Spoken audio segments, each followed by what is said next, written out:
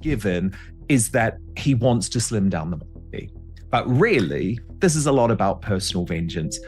His hatred. It always starts the same way.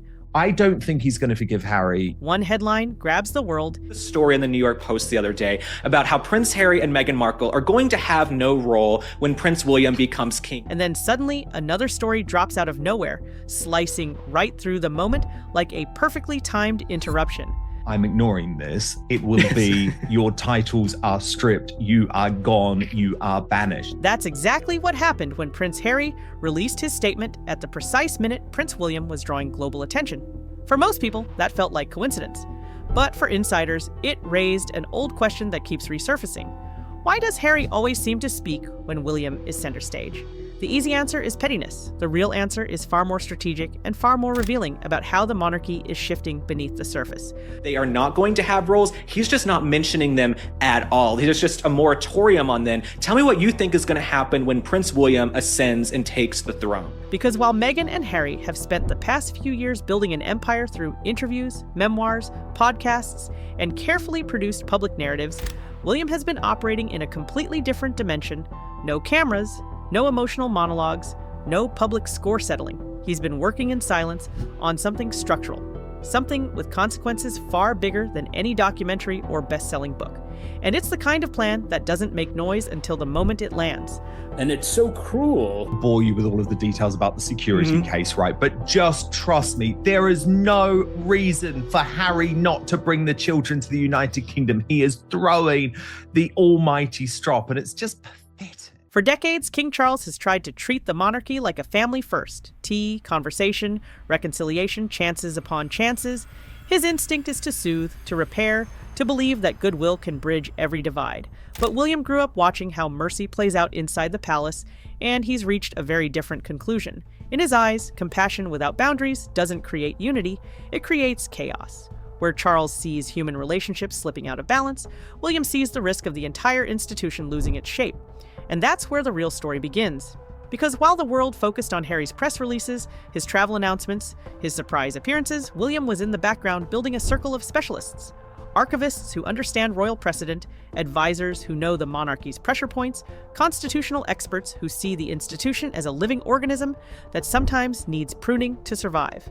What they've been constructing quietly isn't revenge, it's reform, real reform, the kind that decides who counts as a working royal in the future and who doesn't.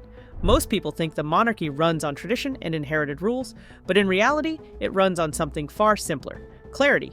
Who represents the crown? Who speaks for the institution? Who carries the title because they serve the role? And who carries it only because they're related by blood? It's Harry, Meghan, Archie, and Lily too. And he wants his father to be tougher. For generations, those lines have been blurry, partly because no one wanted to redraw them. But William, unlike his father, isn't afraid of the pencil. That's why Harry's perfectly timed announcements matter. Not because they overshadow William, but because they highlight the widening gap between the brothers' approaches. Harry talks, William calculates, Harry broadcasts. William builds. And the structure William's building has the power to redefine royal identity for the next century, with one signature. To understand why William's long-term strategy is so significant, you have to understand the moment everything shifted inside the palace. It wasn't during an argument, it wasn't after an interview, it wasn't even in the aftermath of one of Harry and Meghan's most explosive media moments. It happened in private, between father and son, in a quiet room where years of tension finally crystallized into one blunt realization.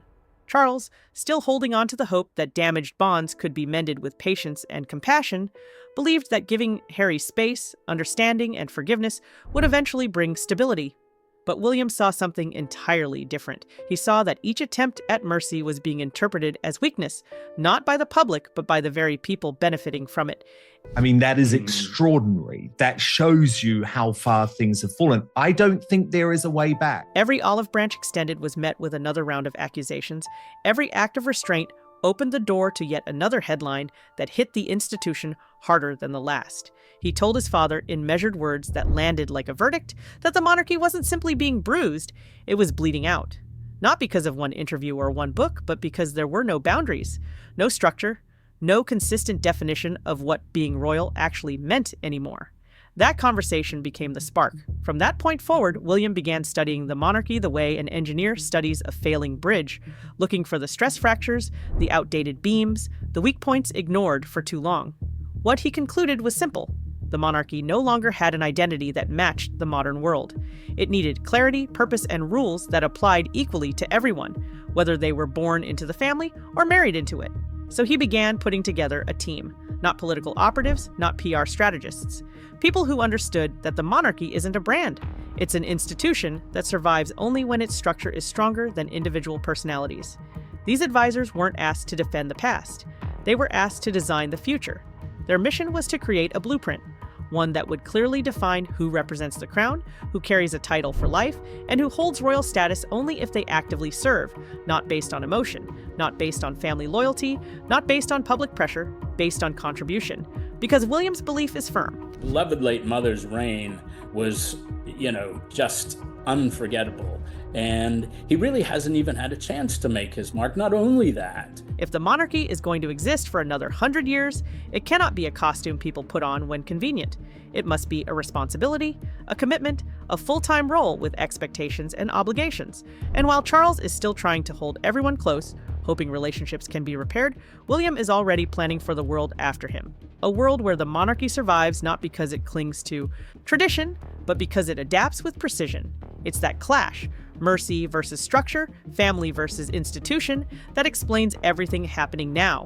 One king trying to reconcile, one future king trying to reinforce, two philosophies, one crown. And the blueprint William is creating will eventually decide which worldview shapes the next era of royalty. The deeper William's team dug, the clearer the problem became. The monarchy's biggest vulnerability wasn't scandal, it was ambiguity. For generations, the system relied on unwritten rules, inherited assumptions, and the idea that everyone connected to the crown understood their place.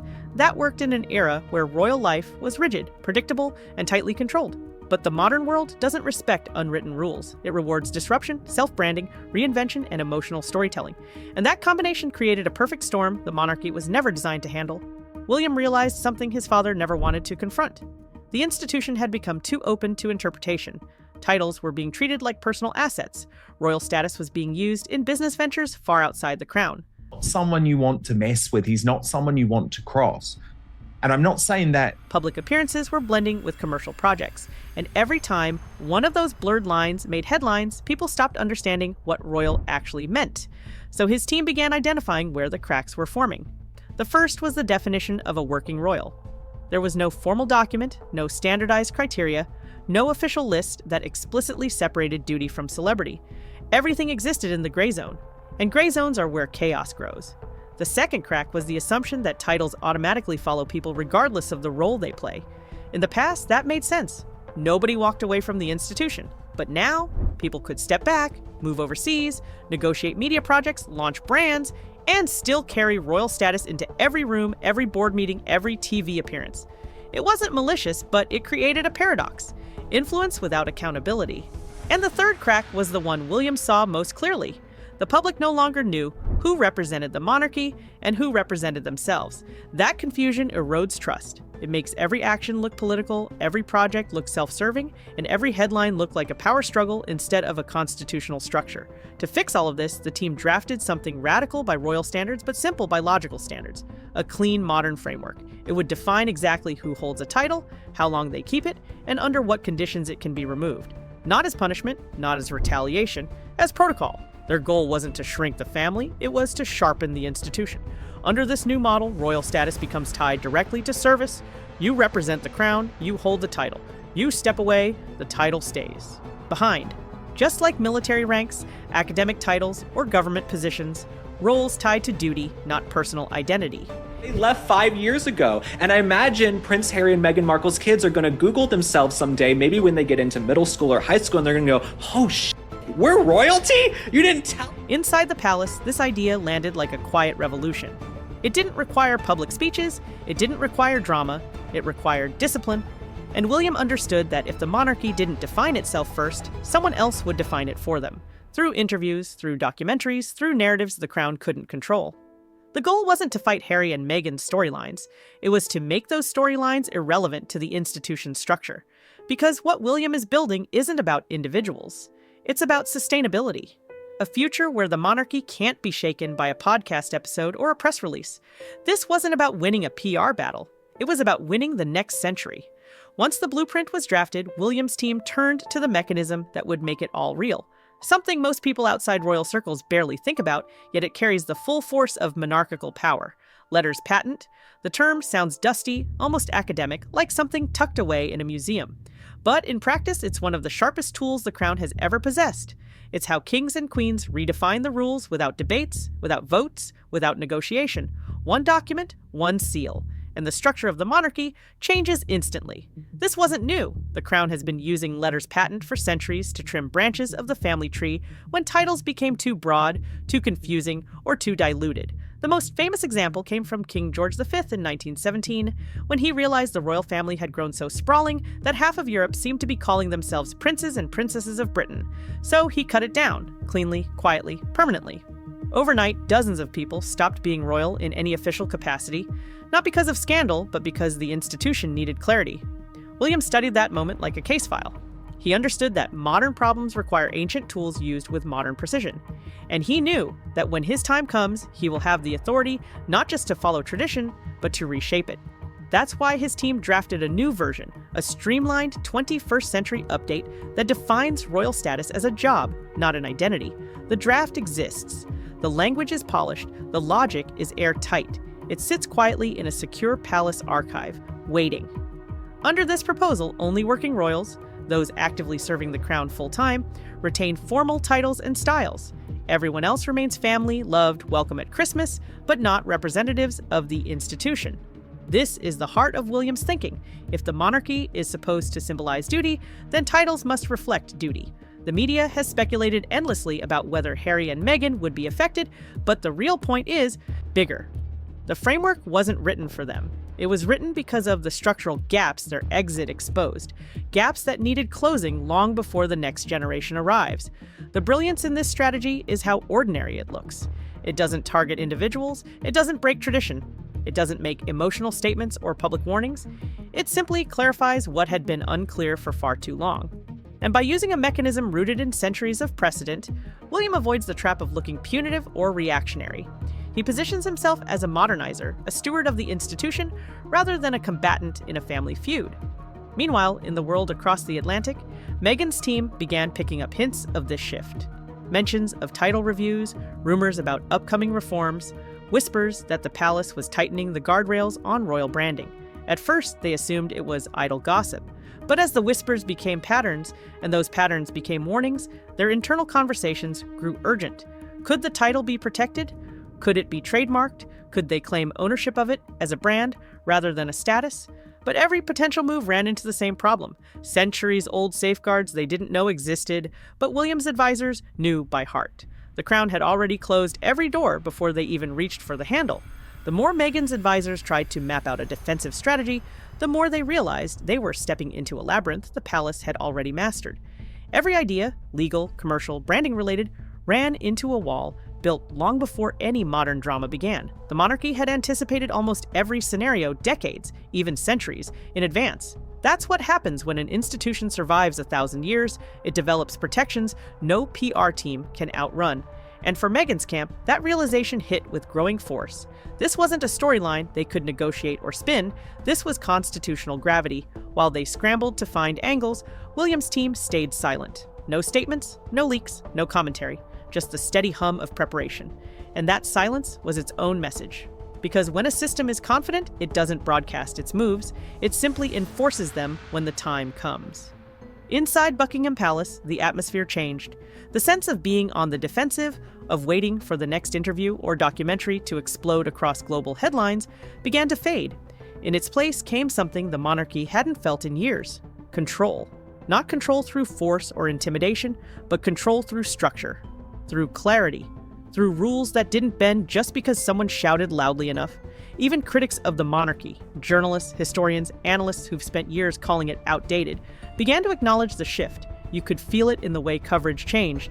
Less chaos, less speculation, more stability. Because the one thing the institution had lacked was the one thing William was delivering: definition. And in the background, the larger question hovered like a shadow. What happens when the palace eventually activates that prepared document? There won't be a public feud, no dramatic speeches, just a formal update to titles, a routine announcement in the court circular, a few lines of text, and yet the ripple effect will be enormous. For Meghan, whose entire post-royal brand has leaned on the elegance and prestige of being the Duchess of Sussex, the shift would be seismic. Not because she loses fame, she will always have an audience, but because she loses the element that made her stand out in a celebrity-saturated world. Royal status isn't about popularity, it's about uniqueness. Once the institutional backing disappears, she becomes something familiar, another personality in Hollywood's endless constellation. That's the part her team fears most. Not obscurity, but sameness. Meanwhile, William isn't motivated by punishment. His strategy has nothing to do with settling scores. In every closed-door meeting, the guiding question has been the same. What does the institution need to survive the next century? Not the next headline, not the next scandal, the next century. And the answer he reached is one the monarchy hasn't acted on in generations. Boundaries, clear ones, enforced ones. Boundaries that protect the crown without tearing the family apart. Boundaries that prevent future chaos without erasing compassion. Boundaries that ensure no one can use the monarchy as a springboard for private ventures again. In the end, William didn't outtalk anyone. He didn't outspin anyone. He didn't fight for the spotlight. He didn't need to. He simply understood the system better than the people trying to manipulate it and used it exactly as it was designed to be used. Harry may time his announcements for maximum impact. Meghan may command attention with every appearance. But William is playing a slower, quieter, far more powerful game. One that reshapes the institution from the inside out. And that's why, when the dust settles, one truth will stand above everything else. The crown didn't have to win the noise, it only had to win the structure.